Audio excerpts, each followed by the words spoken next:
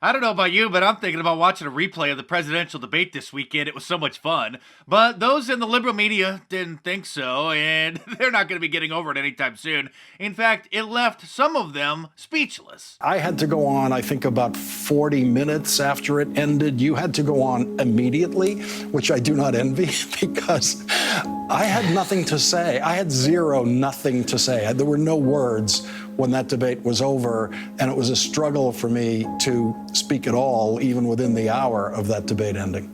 Our nation was humiliated by this last night. Our adversaries in Russia and China and Iran are ecstatic. Our allies are horrified.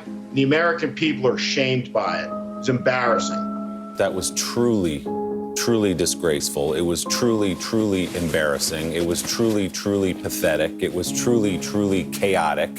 He has brought even greater shame to this country and has made the American democratic process look like a joke worldwide.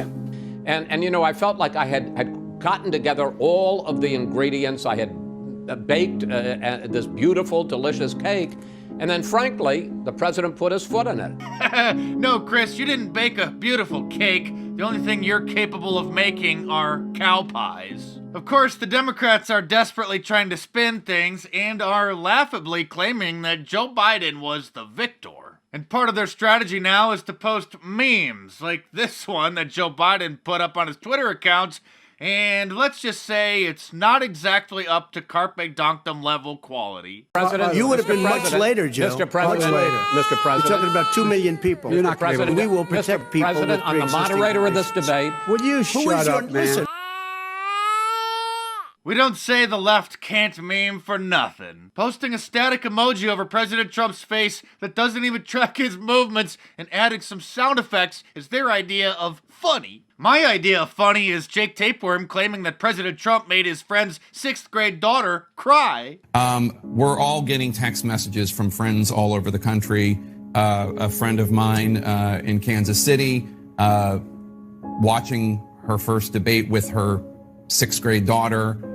Daughter bursts into tears, has to run to bed because she was so appalled, the 6th grade girl, at what she saw from the president of the United States. We all want to dive into the substance, but it's almost difficult to get there. Yes, because I'm sure every 11-year-old is concerned about who's going to sit on the Supreme Court and whether or not there will be a single-payer healthcare system in America or whether the middle-class tax cuts will remain. MSNBC decided to turn to their new political expert, Mary Trump, President Trump's disgruntled niece, who is an expert on all political matters. She's their new favorite guest and is on literally every single week now to give her 2 cents on whatever the issue of the day is. And since President Trump rolled over old Joe and the moderator, the mouthpieces in the media are saying for the next debate that the moderator should have a switch that can turn off President Trump's microphone. CNN reports the only way to keep out of control debaters in line is to give the moderator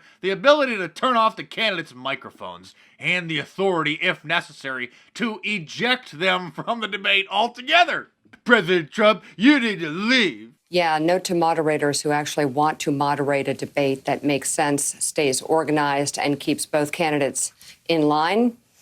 That's one idea. Cut the mic and mean it. Cut the mic, they say, because we know how liberals like to silence those of us who say things that they disagree with. In fact, they're already expressing disappointment that the big tech companies haven't censored and suppressed Trump supporters more than they already have, and that they better get on it. And then importantly, should Biden or Trump win, what's the reckoning for tech after this election? How is tech going to have to look at itself? And what's going to be incumbent upon them? And also, what are the pressures on them, not just politically, but from their users? And that's, I think, something beyond this debate. Once we sort of get over our debate hangover, we can try to figure it all out. Look at how upset he is that people are allowed to express support for the president. I want them shut down. I want them silenced. I want them muted. I think they are horrible for our society. And they're upset that people are questioning Joe Biden's health, calling it misinformation that he's not fit as a fiddle. Come on, man.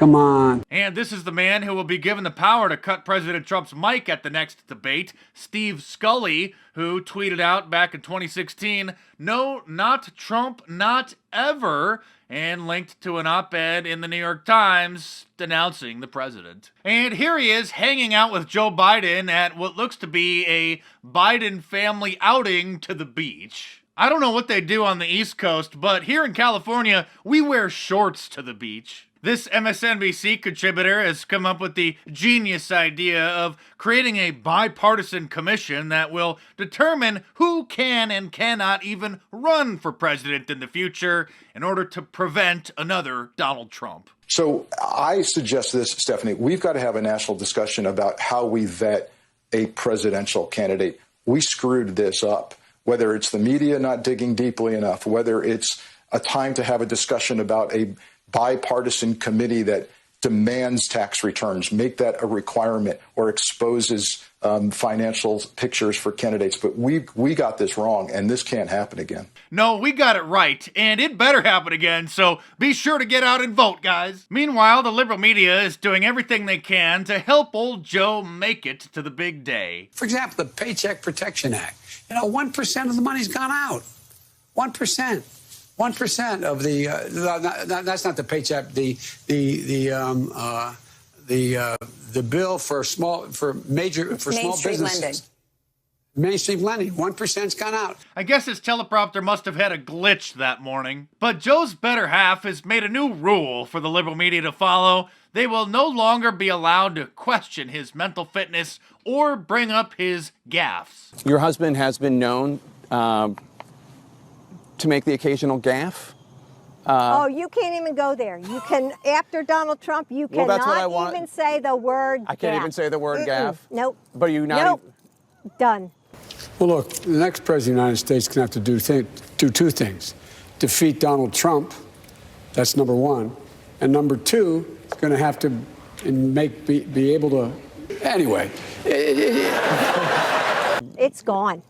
The gaffe issue is over because Over. So over. Nothing to see here, just Jake Tapeworm getting his editorial directions directly from the Biden campaign. Things are starting to really heat up. The vice presidential debate is next week already on Wednesday, where Mike Pence will sit down with Kamala Harris. And the week after that, October 15th, President Trump and Joe Biden are supposed to face off again if old Joe shows up. And the week after that, October 22nd, is the third and final presidential debate. And this Sunday is the final day to order any of my limited edition shiny foil shirts, like the Trump Silver Silhouette shirt, the gold Trump 2020 shirt, or the red MAGA Country shirt. They're made with a special paint that glimmer in the light, but be sure to wear them at your own risk, because it is getting pretty crazy out there. So head on over to my online store at markdice.com or click the link in the description below and check them out.